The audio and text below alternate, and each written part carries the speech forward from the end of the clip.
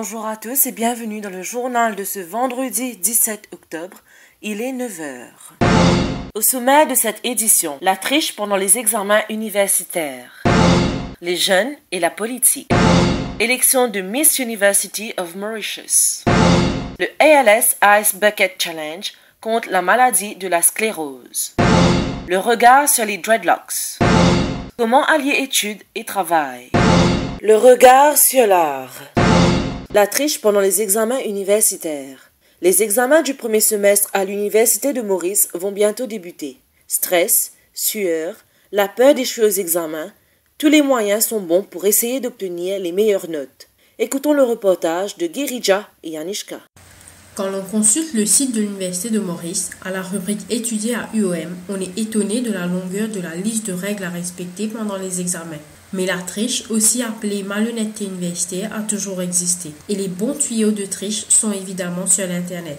Ruxal Saïb, étudiante en 3e année de finance, nous dit qu'Internet regorge de sites spécialisés dans l'art de la gruge. Tricherie bien évolué de nos jours. À l'université, on a plein d'exemples. On a Wi-Fi qui est disponible, mais Internet, donc les services Internet, Facebook, ça fait qu'à communiquer comme WhatsApp et tout, ou transférer un message, réponse à nos camarades. Et dans une classe que on a 100 élèves, il est impossible de contrôler comment se peut tricher, surtout pas portable. Et on a des élèves écrire dans la jambe, les bras, dans un petit papier, mais dans ce punier. Un match tutoriel qui est available de nos jours. YouTube, Facebook, ça que tout le monde dit comment tricher par niveau façon de tricher. Pourtant, la triche est sévèrement punie, allant jusqu'à 2 ans d'interdiction d'examen supérieur. Une étudiante ayant requis l'anonymat explique que le téléphone portable est devenu le roi des antisèches. Moi, les élèves en 3e année de sciences politiques, dans la plupart nous nous dire bien date, mais des fois il y en a trop beaucoup qui nous pas une meilleure façon, c'est la triche. Et il y a une méthode plus simple. Puis injuste, oui, mais révision si dans les overloaded, puis n'a aucun choix. Moi, plus simple, moi servi mon portable, moi download tout mes affaires par Google, examen scalaire qui gagne une réussite à attraper moi et tricher. Les surveillants sont donc prévenus. Avec la campagne électorale qui commence, une nouvelle génération d'électeurs s'ajoute au tableau et chacun se forge leurs propres idées sur l'actualité politique. Parmi ces nouveaux électeurs, certains iront voter pour la bonne et simple raison que cela forme partie de leurs droits. Je vais voter juste pour voter autre chose que ces gens qui sont déjà là. Je peux dire que voilà, j'ai un droit, je vais l'utiliser. Tu vois. Je me sens un petit peu, restricted parce qu'on n'a pas un grand choix pour un gouvernement effectif. Ce qu'on a là, c'est Navin Ramgoolam et c'est Paul Béranger. Enfin, c'est les mêmes têtes. Je n'ai aucune place. D'après moi, si on avait notre place dans le gouvernement, on n'aurait pas eu notre mot à dire. On allait être là juste pour dire qu'on est là, juste pour être dans les pourcentages. Voilà, un pourcentage de jeunes qui est dans la politique, mais juste pour ça. Ainsi, d'autres préfèrent avoir recours au vote intelligent. Je vais voter parce que nous avons l'opposition. À cause que nous peut arriver là, si nous peut continuer de train là, nous allons un pays dictature. À cause nous peut déjà vivre dans une mini dictature. Là, si nous peut aller, effectivement, gouvernement que pour prendre et nous connaissons qui gouvernement pour prendre, ils prennent trop majorité. Nous allons voter pour une opposition qui a fait pour nous droit. Par contre, d'autres voteront uniquement s'ils gagnent quelque chose en retour. Bon, moi, pas voter là, si je me mets dans ce rôle, je vais aller, sinon, je vais me la case. Non, on y va faire tiens, moi, de la politique, ça l'année là, parce qu'ils ne trouvaient pas du politique, ça a une période de problème d'intérêt. Le gouvernement de Marfou de Man, puis nous, je fais de moins travail, oui, je vais voter. L'OHA, je vais voter. Évidemment, oui, Vini, je vais donner quelque chose. Finalement, certains optent même pour l'abstention de voter. Votre droit inutile pour voter. Moi, je pense que ça va pas marcher, plutôt de politique là. Parce que là, si c'est deux dictateurs ensemble, comment ils vont pouvoir travailler ensemble? C'était un reportage de Anaïs Rock et Amy Bapama. Comme chaque année, le Race Club organise l'élection de Miss University of Mauritius. Uvashiori Ram, étudiante en première année de Law and Management, a raflé le titre. Passionnée de foot et de mannequinat, elle se livre lors de son interview. Écoutons ce reportage de Dushika et Aurélie.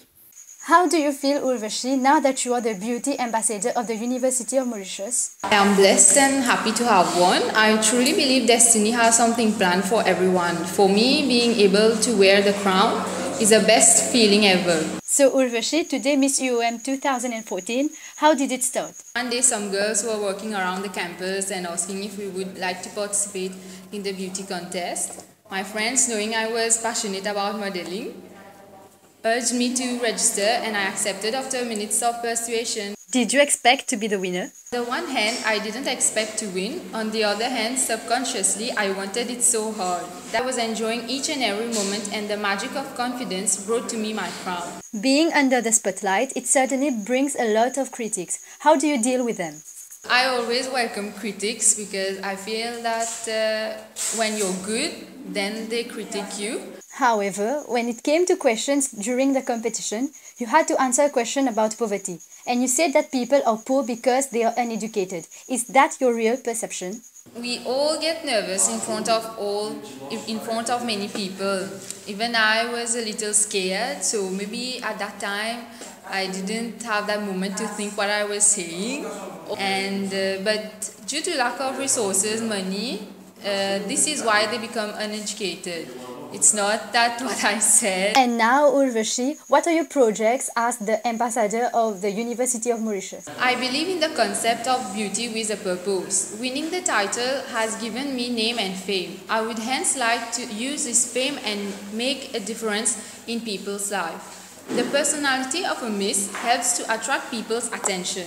This popularity will help me in sensitizing public about raising funds and eradicating social problems.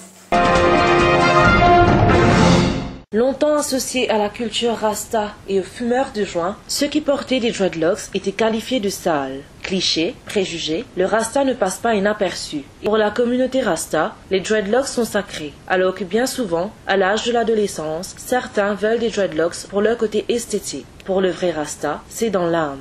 Les élèves de l'université de Maurice, au micro de Johanna Upia et Julie Soucieux. C'est quelque chose que j'ai toujours aimé avoir, donc pour ça que j'ai des dreads. Enfin, j'ai un seul, je commence en ce moment, mais je pense qu'après que ce sera partout.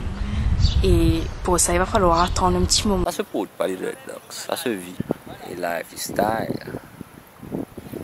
Et la base de la raison de voter des dreadlocks, c'est la culture. C'est complètement la culture du Rastafari, mais parce que pour être Rasta, on n'a pas besoin d'avoir des dreadlocks. Mais c'est sacré pour certains. Les clichés concernant ceux portant des dreadlocks demeurent inexplicables. Mon père, il est contre. Ma mère, si du moment que c'est très discret, ça va. On a des personnes qui vont se dire ça, ah, comment tu vas faire pour avoir un travail après? C'est plutôt négatif. Tu te sens comme s'il n'y a pas écarté du groupe. Par exemple, quand tu es dans un bus, il y a des gens qui ne vont pas s'asseoir à côté de toi. Ils peuvent s'asseoir n'importe où, même se mettre debout, mais pas s'asseoir à côté de toi parce que tu portes des dreadlocks. C'est un choix, une façon de vivre, un style, une mode. Chacun son style, chacun sa façon de s'habiller, chacun sa façon de se coiffer comme il veut, quoi. Comme dire, porter un chapelet juste pour les chrétiens, ça, c'est bizarre. Pour la mode, ne mélange pas avec la religion, ça. Pour ça, juste pour faire une mode. Ils ne sont pas nécessairement coiffés uniquement parce qu'ils pratiquent cette culture. Peut-être que quelqu'un trouve les dreadlocks jolis. Il y a aussi des gens pas forcément moins intelligents ou plus intelligents que nous. Alors que certains restent confiants que le regard de la société au XXIe siècle changera, d'autres pensent que c'est toute une éducation qui aidera à changer le regard des gens sur ceux portant des dreadlocks.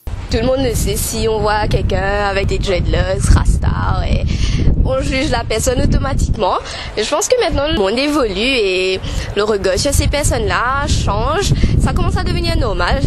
Les gens commencent à accepter leur culture. On est plus ouvert d'esprit, donc je pense que ça va changer.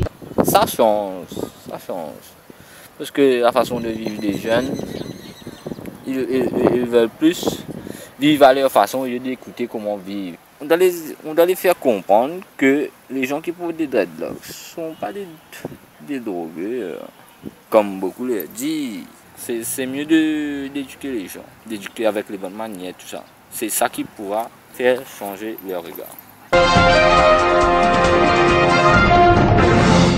Pendant que certains étudiants de l'Université de Maurice cherchent un travail, d'autres ont déjà fait leur premier pas dans le monde professionnel, à l'instar de Rimena et Atish. Concilier les études et le travail n'est pas chose facile pour ces étudiants. Toutefois, ils ne baissent pas les bras. Je suis guide touristique depuis déjà 2 ans. En septembre, ça fait 2 ans. Mais en ce moment, je travaille en tant que guide touristique, mais freelance. Donc, un et neuf, à cause des études, bien sûr. C'est difficile de faire les deux à la fois, mais à travers une bonne organisation, j'arrive à vraiment coupler les deux ensemble. Donc, les assignments, je me prépare déjà à l'avance. Si jamais j'ai un travail du jour au lendemain, parce que c'est mon programme, c'est vraiment le jour pour le lendemain. Si jamais j'ai un travail, ben, je sais que je me suis déjà préparée en avance pour mes assignments, pour les révisions aussi. Donc, qui veut dire dormir vraiment tard, des fois si je dois aller travailler pendant toute la journée, ou même faire des chiffres de soir, comme des pas arrivés. Des fois, c'est très tard. Donc, j'essaie de trouver du temps pendant le week-end pour ne pas négliger mes études et travailler en même temps. Je travaille dans un restaurant, je suis mon endroit même. Je travaille pour time 3 jours, vendredi, samedi, dimanche, 6 semaines. Après, on est en tout là. Après, je suis 5 jusqu'à minuit pour là. Vendredi, samedi, dimanche. Pendant un an, pas de problème. Juste l'époque de l'examen là, qui on a trop quoi, ça met trop pour faire pour la réviser. Et là, qui commence à avoir ce problème. Là, je suis obligé de prendre congé de travail. Je suis obligé d'arrêter parce qu'ils ont beaucoup de temps. Et travail là, si on dit que mon travail là, tout dans ma tête, pas facile de lever, et la chose carré dans la case. C'était un reportage de Mirabel et Addison. Si vous avez vu des gens sur vos réseaux sociaux versant des seaux d'eau glacée sur eux, vous n'êtes pas les seuls. Une des campagnes les plus médiatisées sur le net a aussi touché l'île Maurice. Le ALS Ice Bucket Challenge est un geste pour lutter contre une maladie rare et grave, la sclérose latérale amyotrophie. Le vendredi 29 août, les étudiants de l'Université de Maurice se sont entourés devant la cafétéria du campus, curieux et surpris. Organisés par les nouveaux aspirants de Doctor of Medicine, ils ont choqué. Sabrina Villebrun, l'organisatrice, se dit surprise par les différentes réactions. Écoutons ce reportage de Yeshna et Shelly. Malheureusement, nous désormais l'objet de beaucoup de critiques à l'université, mais malgré ça, en tant qu'élèves de médecine, nous sentis que c'était nous devoir pour lancer l'appel à l'université. Mais c'est vraiment ce sentiment qui nous gagne, nous accomplit quelque chose pour une bonne cause, ça c'est énorme, et surtout le fait que nous sommes des élèves première année, mais quand même ça il attire beaucoup du monde, un tas de monde fait que nous c'était une expérience de ouf, et de l'autre côté aussi ça il m'a renforcé le lien qui entre les élèves dans ma classe. Farheen Anwar, présente dans la foule, soutient ce défi. Ça a été très amusant, même si certains pensent que c'est un gaspillage d'eau, mais finalement ça a servi à regrouper tout le monde à l'université et c'était juste un moment de détente, pas besoin de faire tout un plat à cause de l'eau. Ça a donné une activité artistique pour la joie simple qu'elle procure et créée dans des conditions qui demandent qu'on respecte certains paramètres sont deux choses différentes. Divya, étudiante en beaux-arts au NGI, explique comment sa passion pour l'art a débuté. Depuis toujours, j'ai une certaine attirance pour les choses et matières qui étaient reliées à la créativité. Ça a développé comme une rentrée collège à l'âge de 15 ans et j'avais opté pour l'art comme matière. Néanmoins, ce cheminement artistique au niveau tertiaire lui apporte quelques contraintes au quotidien. L'art pour moi c'est crucial, c'est une passion, c'est un concept en quelque sorte. Niveau académique, ça devient une obligation. Ça fait disparaître la passion qui existait auparavant. Si puis dans l'inspiration, certains vont dire « Ah, yo m'a fait ce travail-là, c'est à moi ». Niveau académique, les tableaux, les sculptures, on doit les faire avec ou sans inspiration. Toutefois, c'est un parcours différent pour Philippe Marie-Edwin, plus connu comme PEM, sculpteur à plein temps au Coda Waterfront. Je travaille à la municipalité de Pauli comme laboureur. Un jour, on peut travailler, on ramasse une racine. Puis là, on retourne à la case, on commence à travailler racine là. Peut-être un jour, on dit, oh, ça, on va connaître. J'ai un dans l'école, ni première, ni secondaire, ni l'école déjà. Si on peut travailler, un petit bout de cassé là-dedans, pour qu'il y ait une mission libre. Et l'important qu'on peut passer sur la journée, on va connaître qu'il y a un arrêt en bas, un arrêt en haut. Parce que mon moment là, de 6h, casse, il vient après. Parce que si vous faites la sculpture, tout le monde pas demander comment vous faites. Et l'important que vous faites compte en ligne, on peut faire libre. C'était un reportage de Diksha et Joëlla. Sur ce, je vous remercie de votre attention et vous souhaite de passer une très bonne journée.